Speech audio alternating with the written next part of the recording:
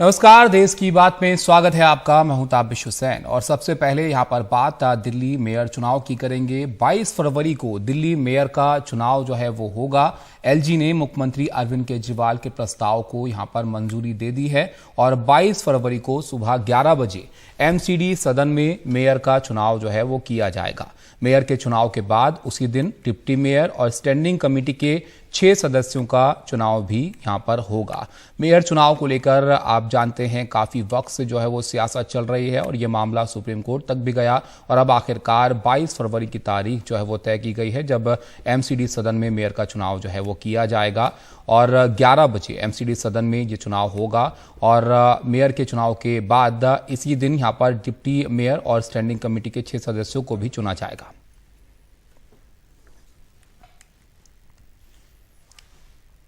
Delhi BJP के कार्यकारी अध्यक्ष वीरेंद्र सचदेवा का कहना है कि कोर्ट का जो भी फैसला है उसका सम्मान है, लेकिन केजरीवाल झूठ की दुकान है। बीजेपी के कार्यकारी अध्यक्ष वीरेंद्र सचदेवा जी हमारे साथ में। वीरेंद्र जी, दिल्ली वालों को मेयर कब मिलेगा? सुप्रीम कोर्ट ने अब कह दिया है कि जो आप लोगों ने नामांकित जो पार्षद थे वो अब वोट नहीं डाल पाएंगे। इस पर आपका क्या रिएक्शन है? देखिए, दिल्ली को दिल्ली का मेयर पहले मिल जाना चाहिए था, लेकिन जो लोग कोर्ट गए उन्हें कोर्ट में ये बताना चाहिए था कि 2 महीने खराब किसकी वजह से हुए। कोर्ट में टेबल कुर्सी किसने तोड़ी, माइक किसने तोड़े, पीठासीन अधिकारी से माइक किसने छीना, ये सब आम आदमी पार्टी वाले थे।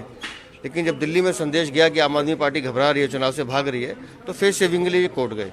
अब कोर्ट ने निर्णय दिया है, मुझे लगता है 22 को चुनाव हो जाना चाहिए और दिल्ली को दिल्ली का मेयर मिल जाना चाहिए। अच्छा, केजरीवाल साहब ये भी आरोप लगा रहे हैं कि एलजी ने जो है वो हस्तक्षेप किया, कोर्ट में वो सारे फैक्ट नहीं रखे और कंटेम्प्ट ऑफ द कोर्ट भी कहीं ना कहीं उन्होंने किया है। देखिए, केजरीवाल साहब झूठ की दुकान चलाते हैं, उनका काम है आरोप लगाना। सत्येंद्र जैन 7 महीने से जेल में बंद है, क्यों नहीं बोलते केजरीवाल? शराब घोटाले के उन्होंने मना कर दिया कि शराब घोटाला हुआ नहीं। अगर घोटाला हुआ नहीं तो शराब नीति वापस क्यों ली? हर चीज़ में झूठ बोलना केजरीवाल और उनकी सरकार की आदत है, इसलिए उनकी बातों को मैं गंभीरता से नहीं लेता। मनीष सिसोदिया के ऊपर में भी उन्होंने कहा है कि वो जाएंगे, कोऑपरेट करेंगे सीबीआई के साथ में। उन्होंने ये भी कहा कि शराब नीति और कोई घोटाला इस तरीके का नहीं हुआ है, फंसाने की कोशिश की। मैं मनीष जी को ये राय देना चाहता हूँ कि वो कह रहे हैं ट्वीट करके कि मैं कोऑपरेट नहीं करूँगा। एक बार कोऑपरेट ना करके देख लें, पता चल जाएगा। ये थे कार्यकारी अध्यक्ष वीरेंद्र सचदेवा जी, जो ये कह रहे हैं कि दिल्ली वालों को जल्द ही मेयर मिल जाएगा। दिल्ली के उप मुख्यमंत्री मनीष सिसोदिया को पूछताछ के लिए फिर से सीबीआई ने बुलाया है और दिल्ली की नई शराब नीति में कथित घोटाले के मामले में सीबीआई ने इनको यहां पर बुलाया है। और आपको बताएं कि अक्टूबर 2022 में इसी केस में सीबीआई सिसोदिया से पूछताछ कर चुकी है और अगस्त 2022 में सिसोदिया के घर सीबीआई ने छापेमारी भी की थी।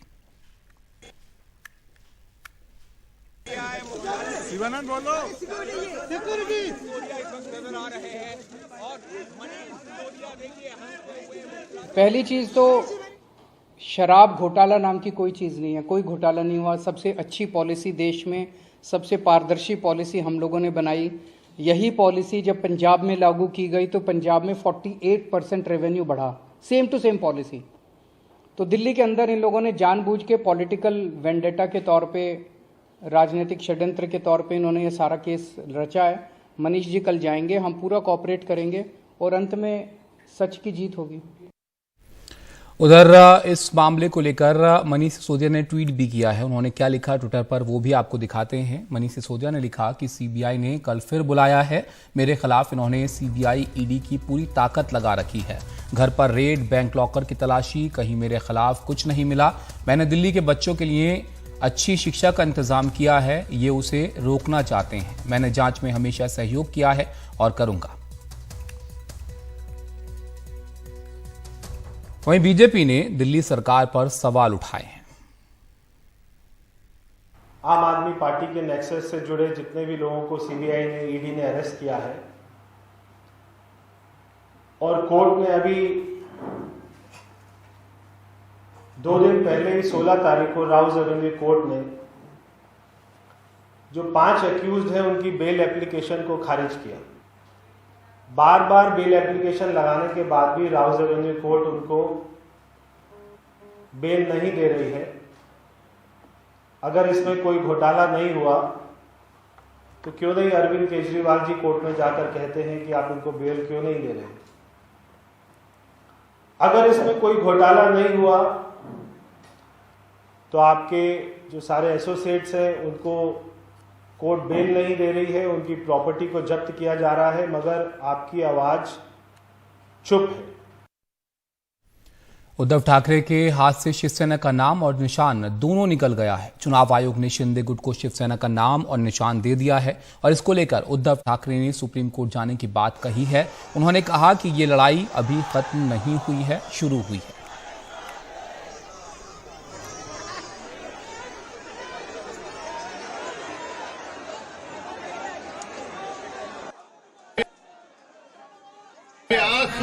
मैं आज भी उस चोर को चुनौती देता हूं। धनुष बाण चुराया है ना, चुनाव में सामने आओ। तुम धनुष बाण लेकर आओ, मैं मशाल लेकर आता हूं। फिर से कहता हूं, ये परीक्षा खत्म नहीं हुई है।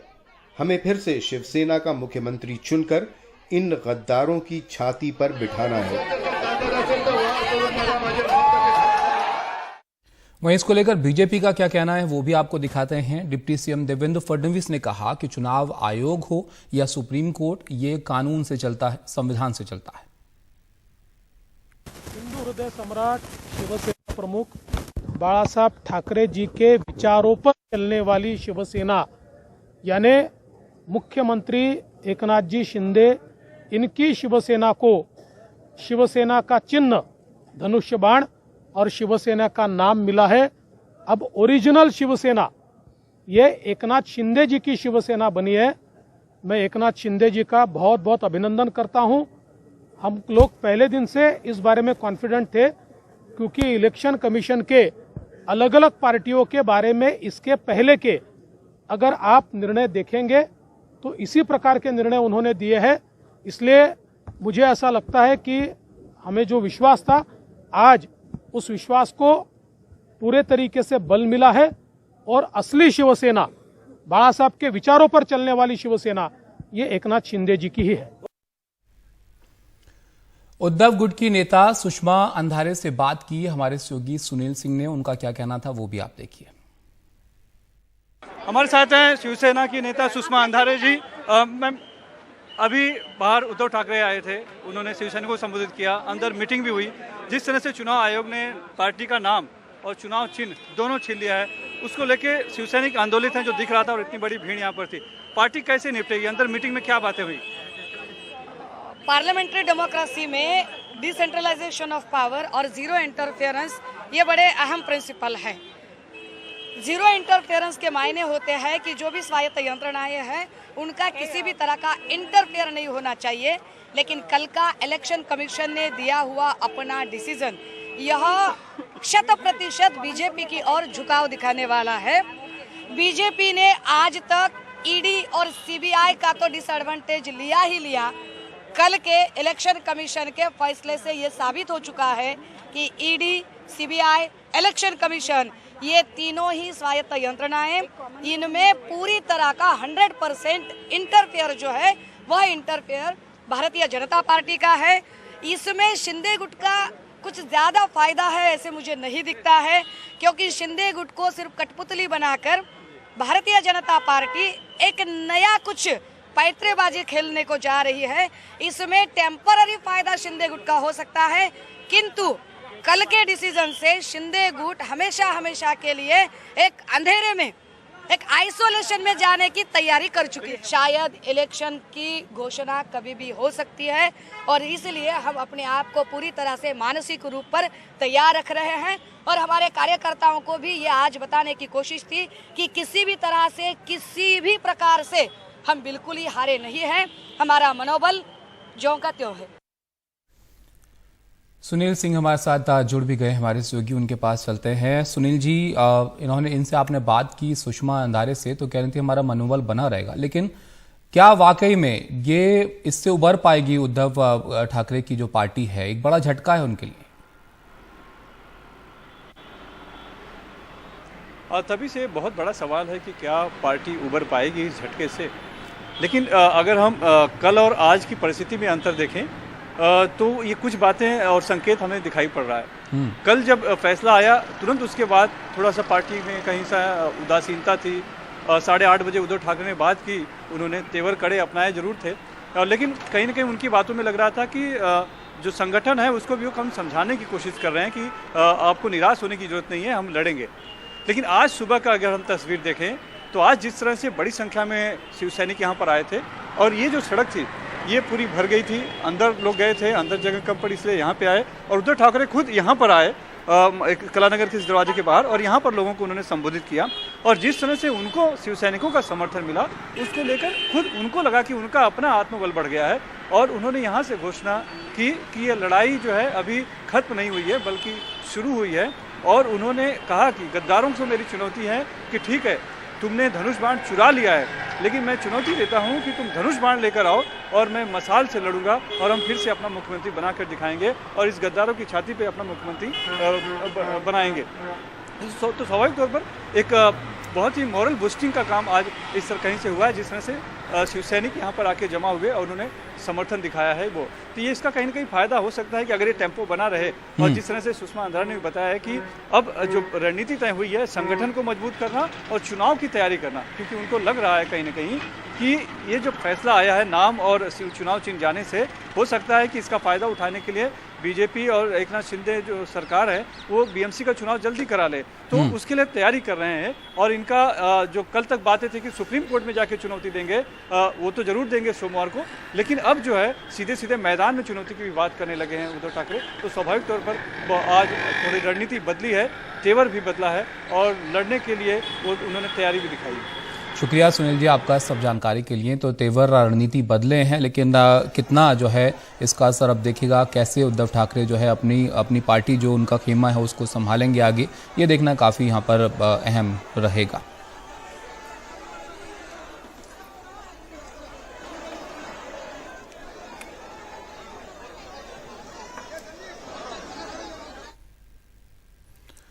आगे बढ़ते हैं। बिहार के मुख्यमंत्री नीतीश कुमार ने कांग्रेस समेत तमाम विपक्षी दलों को एकजुट होने का आह्वान किया है। नीतीश ने कहा कि अगर बीजेपी के खिलाफ एक साथ मिलकर लोकसभा चुनाव लड़े तो इन्हें 100 सीटों से नीचे ही समेट सकते हैं। नीतीश ने फिर दोहराया कि वो ना तो पीएम पद के उम्मीदवार हैं ना ही दावेदार, नतीजे के बाद सब मिलकर नेता का चुनाव कर लेंगे।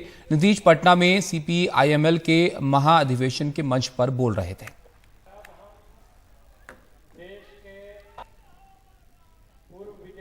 एकजुट होकर के अगला चुनाव लड़ना है, ये जिस दिन फैसला कर दीजिएगा और उसी दिन हम सब लोग एकजुट हो जाएंगे, हम मिल करके लड़ेंगे, तब जान लीजिए आप अच्छी तरह से मुक्ति हो जाएगी। और अगर आप लोग ठीक से सोच करके चलिएगा, जो हम कह रहे हैं शुरू से, हम इंतजार करेंगे। अगर मेरा चिरहुआ को अगर मान लीजिएगा कहीं 100 के नीचे जाएंगे, जान लीजिए। अगर आप लोग इस बार ये सोच लीजिएगा पूरे देश के हित में, तो आपको भी फायदा होगा और देश को भी फायदा होगा।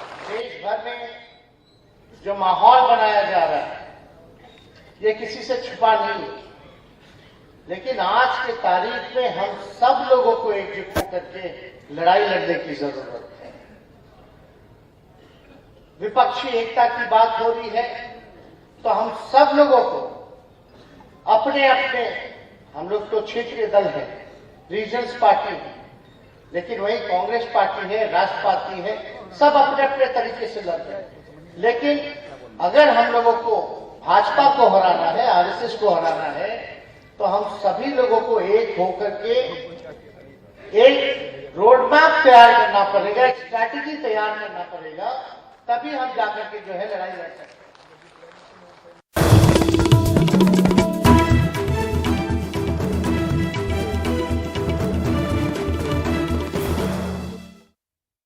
दिल्ली के निक्की यादव मर्डर केस में पुलिस ने 5 और गिरफ्तारियां की हैं। गिरफ्तार आरोपियों में साहिल के पिता वीरेंद्र सिंह, भाई आशीष और नवीन हैं। नवीन दिल्ली पुलिस में कांस्टेबल है और साहिल की मौसी का बेटा है, जबकि साहिल के 2 दोस्त भी साजिश के आरोप में गिरफ्तार किए गए हैं। इनके नाम लोकेश और अमर हैं। इसके अलावा पुलिस ने इस मामले में एक बड़ा खुलासा ये भी किया कि अक्टूबर 2020 में ही साहिल और निक्की ने नोएडा के आर्य समाज मंदिर में शादी कर ली थी।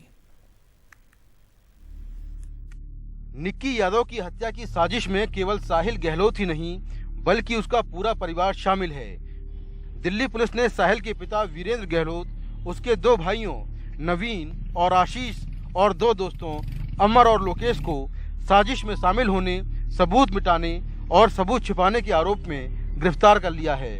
नवीन दिल्ली पुलिस में सिपाही है, उसे सस्पेंड कर दिया गया है और उसके खिलाफ विभागीय जांच शुरू कर दी गई है। 5 लोगों को कल रात में हमने गिरफ्तार किया है और उनकी पुलिस रिमांड ली है, जिसमें एक साहिल के पिता हैं वीरेंद्र और बाकी 2 कज़न हैं, एक मौसी का लड़का है नवीन और एक चाचा का लड़का है आशीष और 2 दोस्त हैं वहीं आसपास के ही लोकेश और अमर। ये तस्वीर 1 अक्टूबर 2020 की है, जब काफी दिन तक लिव इन में रहने के बाद साहिल और निक्की ने ग्रेटर नोएडा के आर्य समाज मंदिर में शादी की थी। पुलिस के मुताबिक शादी की बात साहिल के घर वालों को पता थी। इसके बावजूद भी साहिल के घर वालों ने उसकी दूसरी शादी दिसंबर 2022 में तय कर दी। 1/10/2020 को हुई थी और कोई उनके परिचित 2 लोग और साथ में थे। क्या दोनों खुश थे? हाँ, खुश थे। कल पुलिस भी आई थी? जी। क्या पूछ रही थी? भाई यही जो आप पूछ रहे हो, शादी हुई थी, कब हुई थी, कहाँ हुई थी, कैसे हुई थी, जो रिकॉर्डेड दस्तावेज हैं उसके वो उपलब्ध करा दिए उन्हें। सगाई के बाद साहिल निक्की को घुमाने के बहाने लेकर गया और निगमबोध घाट के पास उसकी हत्या कर दी। 10 फरवरी को जब शव कार में लेकर जा रहा था तब ये रास्ते में अपने भाइयों और दोस्तों से मिला, जिनकी मदद से ढाबे में शव को छिपाया और फिर 5 शादी में पहुंच गए। कत्ल का प्लान परिवार के उन लोगों की जानकारी में था जिनकी गिरफ्तारी हुई है। 1 अक्टूबर 2020 को एक आर्य समाज मंदिर है नवादा डेल्टा 1 ग्रेटर नोएडा में, वहाँ भी इन्होंने साहिल ने और मृतका जो है उनकी शादी हो गई थी और शादीशुदा होने के बावजूद इसने फिर इसको रास्ते से हटाने के लिए इन लोगों ने ये प्लान बनाया और इसके घर वालों ने कहा कि नहीं, इससे नहीं। अब दूसरी लड़की वो भी वहीं हरियाणा से थी, उससे शादी तय की। दिल्ली पुलिस ने शनिवार को निक्की यादव के घर वालों के बयान भी दर्ज किए।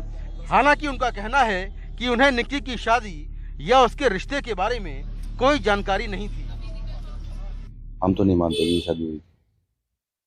तो अभी जो परिवार वाले और उनके दोस्त बताए जा रहे हैं इस हत्या में भी शामिल हो सकते हैं, क्या आपको ऐसा लगता है? हो सकता है। तो क्या मांग करते हैं उनके लिए भी? उनके लिए भी कानून में जो सख्त से सख्त सजा हो वो उनको मिलनी चाहिए।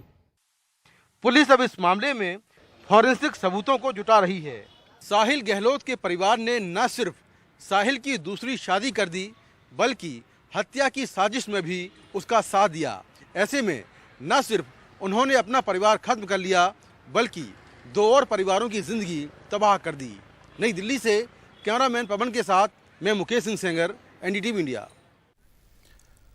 उधर क्रिकेटर पृथ्वी शॉ के साथ सेल्फी विवाद केस में गिरफ्तार आरोपी सपना गिल को कल कोर्ट ने 20 फरवरी तक पुलिस हिरासत में भेज दिया है। अब खबर है कि पुलिस ने इस मामले में 2 और गिरफ्तारियां की हैं। गिरफ्तार आरोपियों के नाम रुद्र और साहिल हैं। वहीं पुलिस अभी सपना गिल के साथ ही शोभित की तलाश कर रही है। कल गिरफ्तारी के बाद आरोपी सपना गिल ने अपने ऊपर लगे आरोपों से इनकार करते हुए पृथ्वी शॉ पर ही मारपीट करने का आरोप लगाया। वहीं कल पुलिस ने मामले में पृथ्वी शॉ के दोस्त आशीष का फिर से बयान दर्ज करके जबरन वसूली के लिए जान से मारने की धमकी की धारा भी जोड़ दी है। मैंने कभी नहीं मांगे, मैं खुद इतना अच्छा अर्न करती हूँ।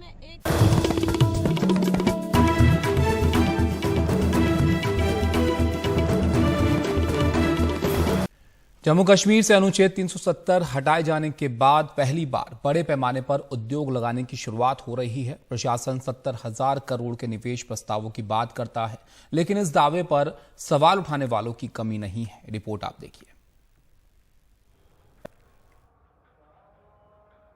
जिंदल स्टील पुलवामा में 150 करोड़ का स्टील प्लांट बना रहा है। अनुच्छेद 370 हटाए जाने के बाद यह पहला ऐसा निवेश है।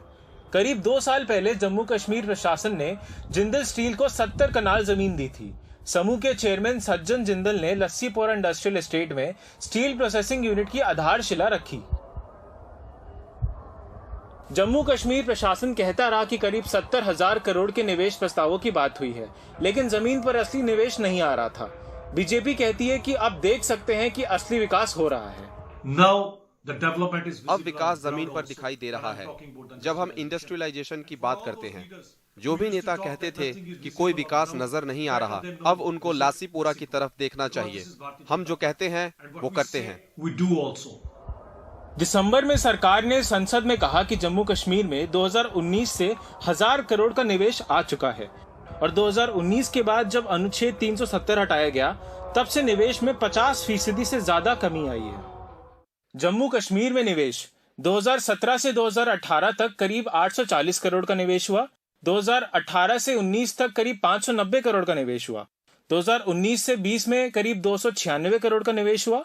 2020 से 2021 तक करीब 412 करोड़ का निवेश हुआ और 2021 से 2022 तक 376 करोड़ का निवेश हुआ। पीडीपी कहती है कि निवेश नहीं आ रहा, बस फोटो शूट हो रहा है। जब हम सत्ता में थे तब 840 करोड़ का निवेश आया था। 2021-2022 में सिर्फ 376 करोड़ का निवेश आया। केंद्र सरकार के समय में काफी कम निवेश आया। इससे ज्यादा क्या कहा जाए। कश्मीर घाटी में पिछले 3 साल के दौरान ये पहली सरमायाकारी है जिससे जमीन पर उतारने की कोशिशें भी शुरू हो चुकी हैं। जम्मू कश्मीर यूटी प्रशासन का कहना है कि उनके पास 70,000 करोड़ की इन्वेस्टमेंट प्रपोजल्स हैं और यहाँ JSW स्टील्स 150 करोड़ की सरमायाकारी करके एक स्टील प्लांट बना रही है। लस्सीपुरा पुलवामा से नजीर मसूदी, NDTV इंडिया के लिए। आज पूरे देश में महाशिवरात्रि का पर्व धूमधाम से मनाया जा रहा है और इस खास मौके पर शिव की नगरी बनारस में भी बाबा विश्वनाथ के दर्शन के लिए सुबह से ही लोगों की भीड़ देखने को मिल रही है। तो कैसा है विश्वनाथ मंदिर के आसपास का नजारा, दिखा रहे हैं हमारे संवाददाता अजय सिंह। आज शिवरात्रि है। महाशिवरात्रि के दिन पूरे देश के जो है शिव के देवालयों में लोग जो है उन्हें जलाभिषेक करके उत्सव मना रहे हैं, क्योंकि आज शिव और पार्वती का विवाह है। लेकिन ये शिव की नगरी है काशी, जहाँ कण कण में शिव है, लिहाजा यहाँ का उत्सव अपने आप में भव्य है।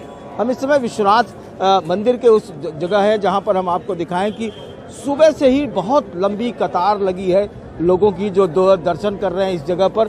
और अगर हम इधर की ओर दिखाएं तो अलग अलग तरीके से लोग उत्सव मना रहे हैं और लोगों के उत्सव मनाने के अपने अपने अलग अलग रंग है। ये एक छोटा सा बच्चा है, ये भी शिव का प्रतिरूप बना है।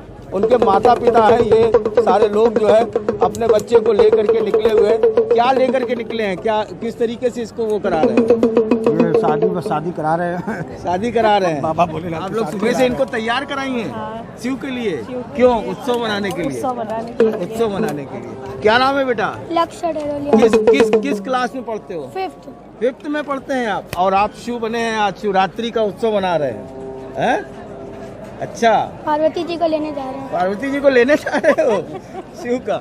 तो ये एक अलग का रंग है, उत्सव है, क्योंकि शिव जो है वो बेहद अड़भंगी है। हमारे शिव जो है उनकी जो बेतरतीबी में है, उनकी खूबसूरती है, तो वो एक चीज है, वो दिखाई पड़ेगा। लेकिन अगर हम इधर दिखाएं, आस्था और श्रद्धा का जो रेला है, वो आस्था और श्रद्धा का रेला जो है वो इस तरीके से सिर्फ जो है वो देश ही नहीं बल्कि विदेश से भी आए हुए तमाम लोगों के बीच में आस्था और श्रद्धा का वो रेला देखिए दिखाई पड़ता है।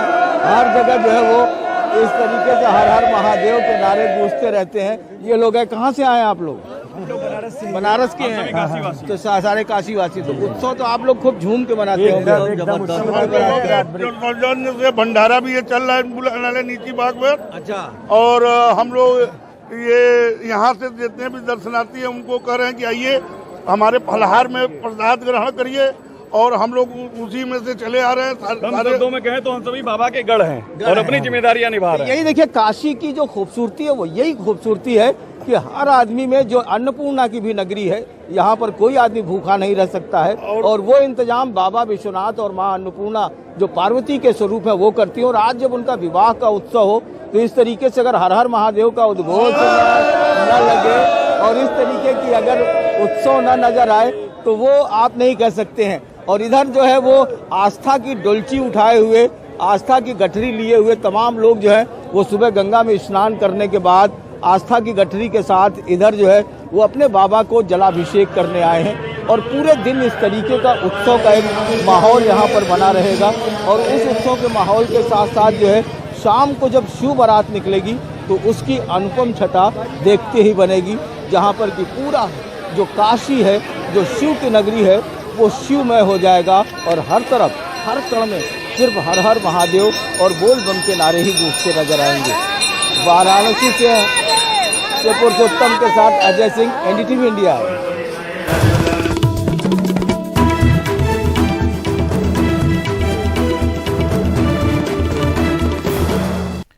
मध्य प्रदेश के कूनो में दक्षिण अफ्रीका से लाए गए 12 चीते शनिवार को पहुंच गए और इससे पिछले साल सितंबर में 8 चीते नामीबिया से जो है लाए गए थे। इससे पहले प्रधानमंत्री नरेंद्र मोदी 17 सितंबर की सुबह अपने जन्मदिन पर नामीबिया से लाए गए 8 में से 2 चीतों को विशेष बाड़े में उन्होंने छोड़ा था और देश 70 साल बाद फिर से चीतों से आबाद हो गया था।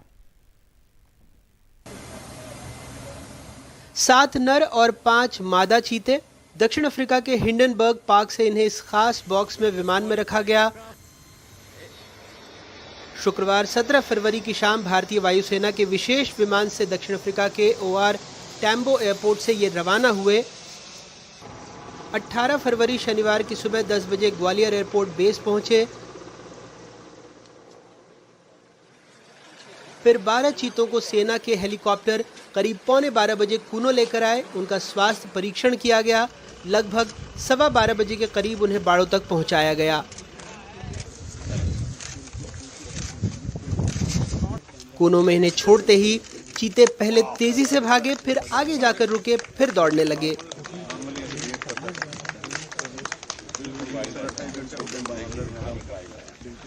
मुझे बताते हुए बहुत खुशी है कि सभी चीते पूरी तरह स्वस्थ हैं और बहुत ज़्यादा एक्टिव हैं। उनको आज रिलीज कर दिया गया है बाड़ों में और यदि आप देखें तो वो बहुत ज़्यादा एक्टिव हैं और बहुत अलर्ट है और परफेक्टली नॉर्मल है।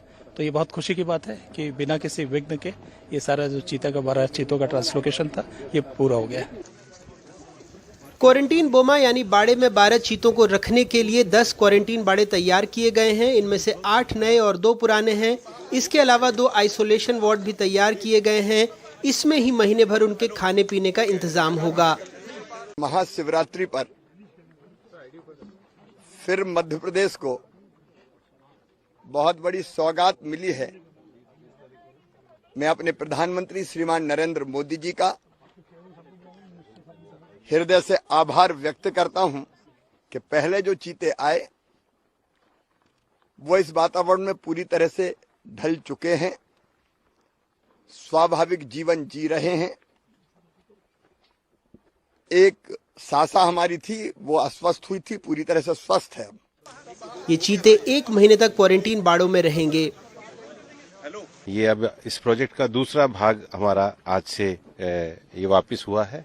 इस बीच में जो चीता हमारे नामीबिया से आए थे उनके क्वारंटाइन का टाइम पूरा हो गया। उनका एक पर्टिकुलर समय एक बड़े बाड़े में रहना होता है, वो भी समय लगभग पूरा होने जा रहा है। चीतों की देखभाल के लिए वन विभाग ने 450 से ज्यादा चीता मित्र तैयार किए हैं। ग्रामीणों ने वहां कुल्हाड़ी छोड़ने का भी संकल्प लिया है। अब नामीबिया से आए 8 में से कुछ चीतों को खुले जंगल में छोड़ा जा सकता है, क्योंकि दक्षिण अफ्रीका से जो चीते आए हैं वो जंगल के माहौल में खुद को लड़ भिड़ कर साबित कर चुके हैं। लेकिन नामीबिया से आए चीते संरक्षित तरीके से रहे थे, ऐसे में उन्हें खुले जंगल में शिकार करने की आदत डालनी होगी। प्लान ये भी है कि अगले 5 से 10 सालों में हर साल 10 से 12 चीतों को अफ्रीका से लाया जाएगा, ताकि देश में जैव विविधता से परिपूर्ण उनकी एक स्वस्थ आबादी रह सके और आगे बढ़ सके। श्योपुर में अपने सहयोगी अजय और भोपाल से कैमरा पर्सन रिजवान खान के साथ अनुराग द्वारी, एनडीटीवी इंडिया।